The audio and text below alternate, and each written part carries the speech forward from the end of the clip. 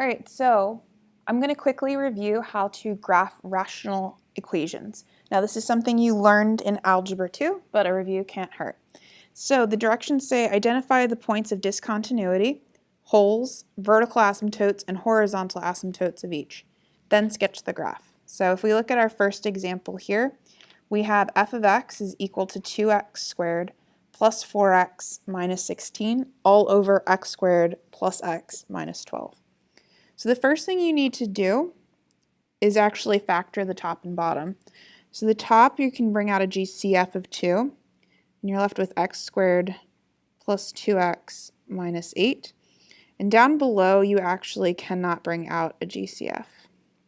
All right? You can factor that further. So up top, you don't want to forget that 2.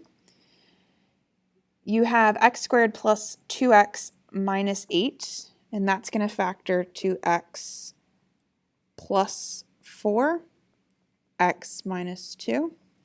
And down below you have x squared plus x minus 12, and that's going to factor to x plus 4, x minus 3. All right. If you're ever uncertain, remember that you can expand them back out using your FOIL or box method. Either one is completely fine. Now, the first thing that I usually like to do is go over my points of discontinuity. So the first point type of discontinuity is a hole. A hole occurs when, in this example, you're able to eliminate a factor in the top and in the bottom, which we can in this case. So that means that we are going to have a hole at x equals negative 4. All right, so that's our first and only hole. Okay. The other thing that I'm going to do is you're also going to look at your asymptotes. So the first ones I usually like to deal with are vertical asymptotes. Vertical asymptotes occur when the bottom is equal to 0. So we already talked about the hole being at negative 4, but we didn't talk about how there's going to be a vertical asymptote, or as I like to say for short, a VA at x equals 3. Okay? So what I'm going to do is I'm going to draw that vertical asymptote at x equals 3. And usually how I like to do that is a dashed line similar to this. You can also use a solid line in another color if you prefer. The other thing is at negative 4, I'm going to put some sort of note that there's a hole. So maybe just an arrow just to forewarn me. Okay? Because the line is it's not gonna look like an asymptote where it's approaching infinity or negative infinity, but there will be a hole at it. All right?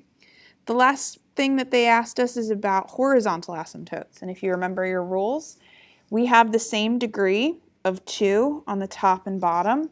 So that means that we're going to look at our coefficients, which is 2 over 1, which is just 2. So there's going to be a horizontal asymptote at y equals 2 over 1 or just 2. I usually like to draw this by a dashed line as well.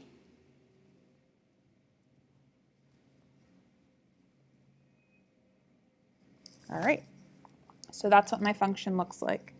Now, a lot of people then ask, as far as the graph is concerned, well, how do I know what the end behavior looks like, where it's going, all of that good stuff? Well, the question is a good one, and I usually like to plug in some values. I like to plug in some values on the left and right hand side of asymptotes. So for instance, if I'm doing it on the left hand side of this asymptote here at x equals 3, so this one here. All right, 0 is going to be a really good solution. So if I plug in 0 to this equation, I'm going to end up getting negative 16 over negative 12, okay? Because if you look at our function, we have all x's, so this would be 0, 0, 0, 0. So I'm just left with 16 over 12, which is 8 over 6, which is 4 over 3. So it's about 4/3 or 1 1 1/3. So I'm going to put a point there. Okay. So I have a general understanding that my graph is going to go like so over here, and that it's going to approach the horizontal asymptote on the other side. However, before I draw that line, at -4, I'm going to put my hole. Okay. And then you can try a point on the other side if you like. So I'm going to try 4, for instance. Okay. So I'm going to plug in 4 for everything that I see. Now, usually I just like to use this here because it's actually a little more helpful. So it's going to be 2 times 4 plus 4 is 8, times 4 minus 2, which is 2, all over 4 plus 4, which is 8 again, and 4 minus 3 is 1. You can cancel those out, and I'm going to be left with 4 over 1, or just 4. So at 4 comma 4, there is a point. So that's what my behavior over there is going to look like.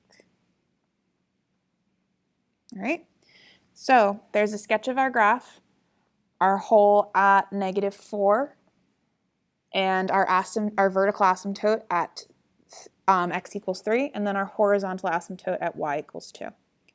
So we're going to do one more example very similar to this. Number 2. So the first step that we talked about is that we need to factor the top and bottom. The top is not going to have a GCF, so I'm just going to rewrite that. And the bottom does have a GCF of 2, which is going to give me x squared plus 7x plus 12. I'm going to factor it further. Up top, it's going to be x plus 4, x minus 2. Down below, I'm not going to forget that 2. It's going to be x plus 4, x plus 3. All right. So we have a hole because our x plus 4s are going to cancel out. So there's a hole at x equals -4. So I'm going to make a little mental note of that again. All right. We have a vertical asymptote because we have this here. We set our denominator equal to 0. So we're going to have a vertical asymptote at x equals -3. So I'm going to draw my dashed line up and down. Okay. We also have a vertical asymptote, the same degrees again of x squared and x squared. So our horizontal asymptote is going to be at y equals, and if we look at our coefficients, we have 1 over 2, which is just going to give us 1/2. So I'm going to draw a vertical asymptote at 1/2. All right. Now, I'm going to do the same thing again. I'm going to plug in a point from the left-hand side and from the right-hand side. I'm just going to start with my right-hand side and plug in 0.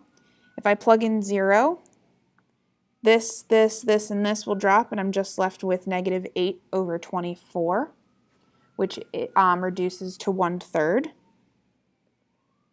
So at 0, I'm at 1/3. I'm actually below this line. So I'm below the horizontal asymptote. So it's going to kind of go like this. Just to double check for the other side, I have a feeling it's going to go like that, but I just want to double check. So I'm going to use -5. And like I said, I like to use this to help me out. So I'm going to do -5 plus 4, which is -1. -5 minus 2, which is -7. All over 2 times -5 plus 4, which is -1 again. And -5 plus 3, which is -2. Okay, these are going to cancel out. Those are going to both become positive, and I have 7 over 4. So at -5, I have 7/4, which is just below 2. So 2 there. So my graph is going to kind of look like this, like I predicted. But remember, we do have that hole at -4. So I'm going to make sure that my hole is there. And that's our graph. If you have any questions, you know that you just need to ask or make sure that you email your instructor for further information.